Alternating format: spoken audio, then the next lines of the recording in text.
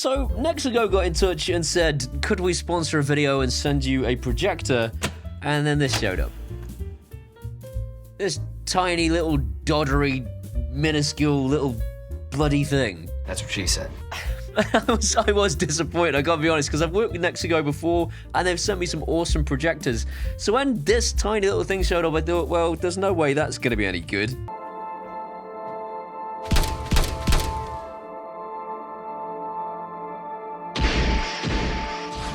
Coming up in today's episode, we're going to take a look at exactly how I turned this thing into a retro gaming console. No way. We're going to do some urban drive-by retro gaming on people's walls, which I probably shouldn't do at 44 years old. And we're going to take a closer look at a projector that actually turned out to be a bit of a beast. I'm not sure I even need to press play. You can see from the menus the difference. Wow. Well, okay, well, let's press play anyway. Look at the difference in the sharpness of those letters. Oh, what? And it just goes to show you should never judge a book by its cover. Because when I first opened this thing and saw how small it was, I was more frustrated than that time I was being tracked by that guy from Jurassic Park.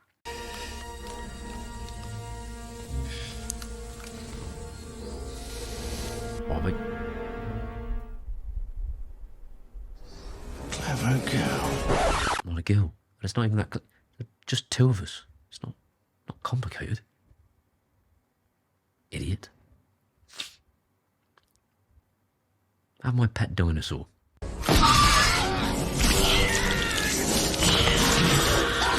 It's unreal. It is so ridiculously bright. And of course, it's only 1080p, but I have compared it side by side to my BenQ GV30, which is actually more money than this thing at time of filming, and the results are ridiculous. There's just one problem. One more thing. Yes, I know that's not the exact Columbo phrase. I don't care, I really like Columbo. I want to take this thing outside, right, and use it wherever I want, but it doesn't have a built-in battery, which is where the GV30 from BenQ actually has a step over it. But what it does have is the ability to run off a third-party power supply, which means you can get as big of a power supply as you like and carry it with you and keep this thing running for ages. But the absolute crucial reason that this projector is perfect for this project, and the reason I'm going to move away from the BenQ GV30, is that it's a laser projector. It's capable of 15,000 to 1 contrast ratio, much richer colors, deeper blacks, and a much better HDR feel. But what really makes this thing ridiculous is that it is 1,200 ANSI lumens of brightness versus the BenQ's 300. I was used to the 300. Computer, generate an image for me what it might look like if I was getting used to the 300.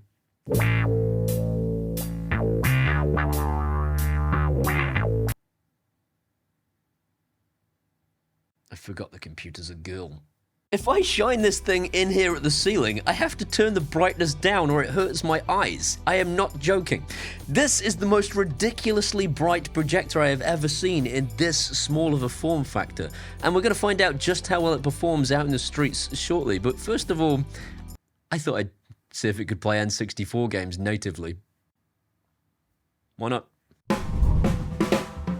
If you haven't heard of Retroarch, it's basically just an app that will run on almost any Android device to turn it into a gaming console from the past. This includes Fire TV sticks, but more importantly for me, it includes Google TV OS, which is exactly what this thing is running. You can install Retroarch directly from the Play Store on most things. Can't do it on a Fire Stick, but there are ways and means, and I've got another video here where you can go and watch that if you're interested. And then, once you have Retroarch on your machine, all you need is the ROMs, the games, so that you can play the games on there. Which, I don't know, you can certainly get legally if you want to do. What? Listen, this has got absolutely nothing to do with... I bought those games legally in the 90s and installed them accordingly, and you should do the same because piracy is a crime. And if my accountant asks, I bought this outfit specifically for work and not for sex.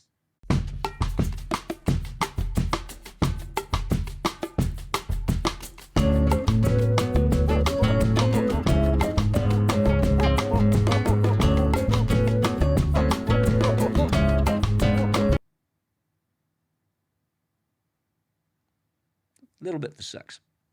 God, Nisha will kill me. I'm not putting that in.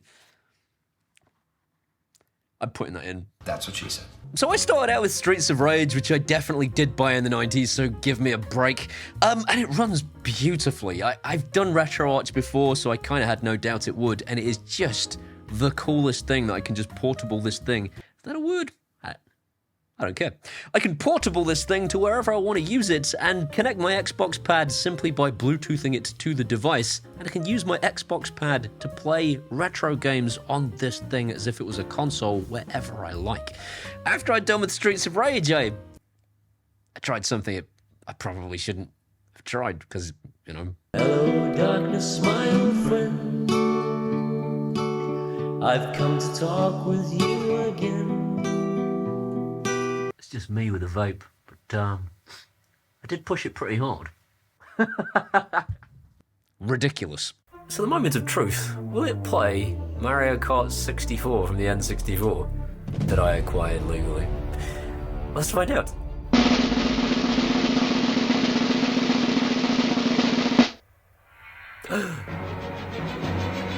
It looks like it's going to. No way.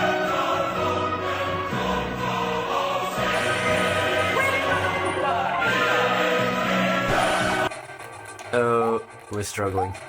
Hello, darkness, my old friend.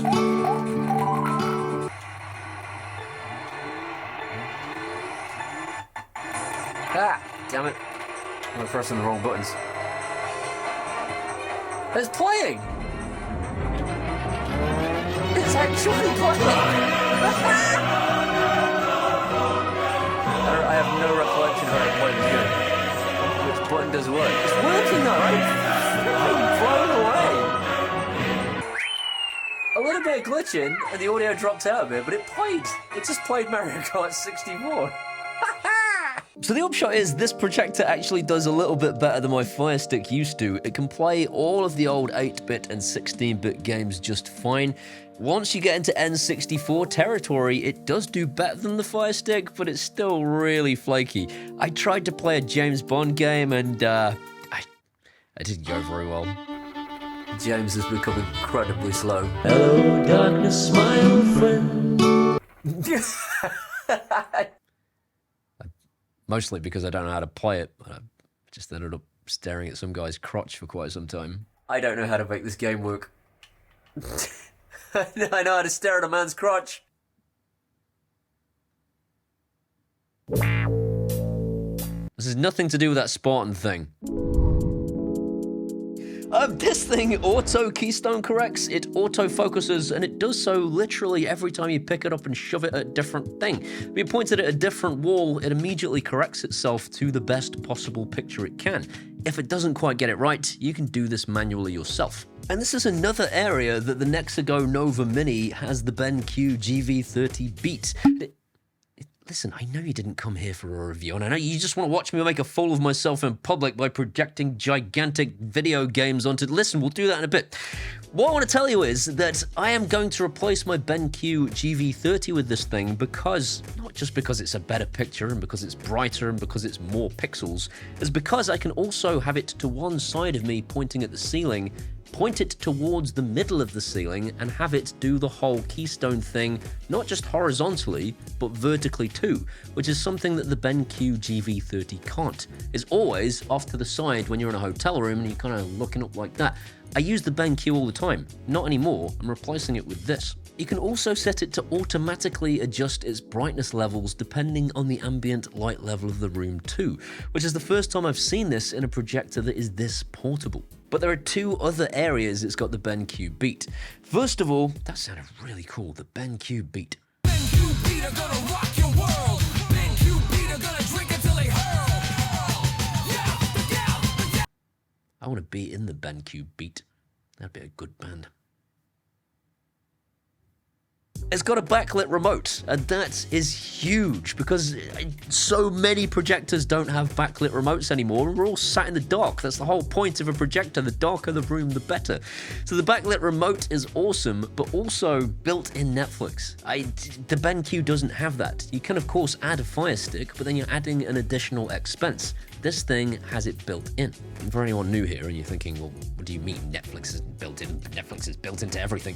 Not projectors. A lot of projectors don't have Netflix and you can't install it no matter what you do because Netflix won't let you. Why? Corporate greed! I should have put my pirate outfit on again, shouldn't I? There's a missed opportunity to put... Hang on. Corporate greed! Just gonna go see if the baby's down for a nap. For reasons. The baby's awake. Let's go see if I can find somewhere to actually project this thing and play some retro video games. Little dollar store, Vin Diesel rides again. Little dollar store, Vin Diesel rides again. I was a big fan of this idea at all, but should have come up with a different idea for this video. I hate this. I'm way too old to be doing stupid shit like this. Is this a crime? This feels like a crime. It feels illegal. Around the back of a gym, and there is a lad in his car about 3 feet away who make this really weird. But look what I found. A big old white wall. I think this is the one.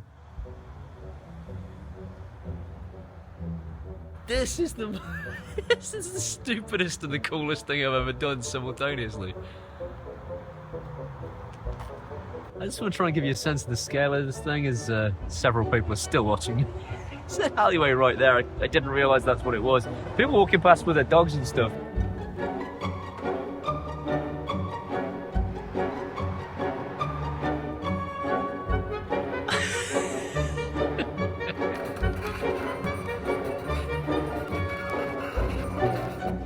Oh my god, I've just remembered. I can just park it here in a corner and then keystone correct. I've just keystone correct. What the heck? Look at this thing.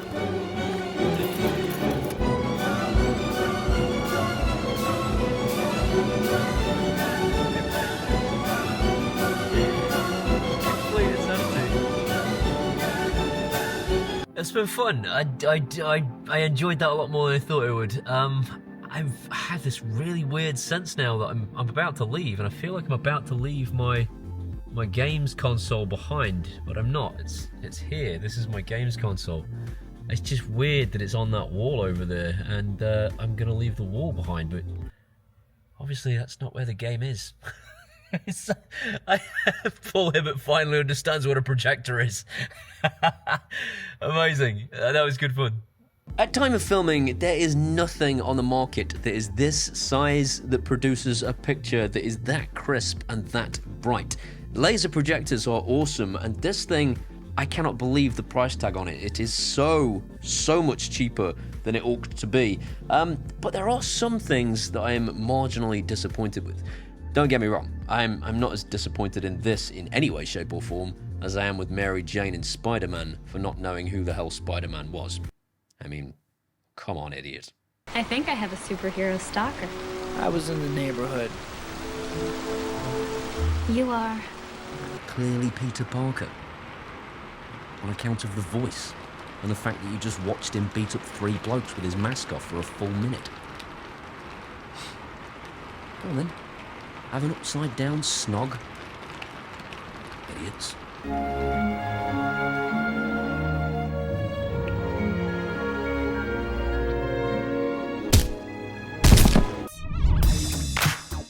Bring in the elephant in the room. Yep, come on. In you come. In you come. The sound is functional. That's the nicest thing I can say about it. It works, it's fine. I mean, if you're just watching TV or you want to play retro games, it's perfectly fine. If you wanted to use this thing for watching movies, you would need to Bluetooth it to a different set of speakers. In your house, that could be a Bluetooth soundbar. Out on the move, just a pair of earphones would be fine. But yeah, the internal sound on it is just tinny. I mean, here it is. Have a listen for yourself.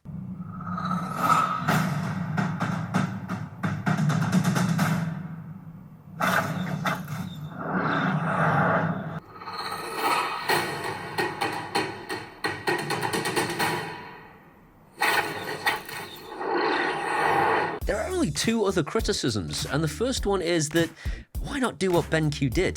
BenQ's stand is genius. The fact you can just rotate this thing up and point it at a ceiling is so cool.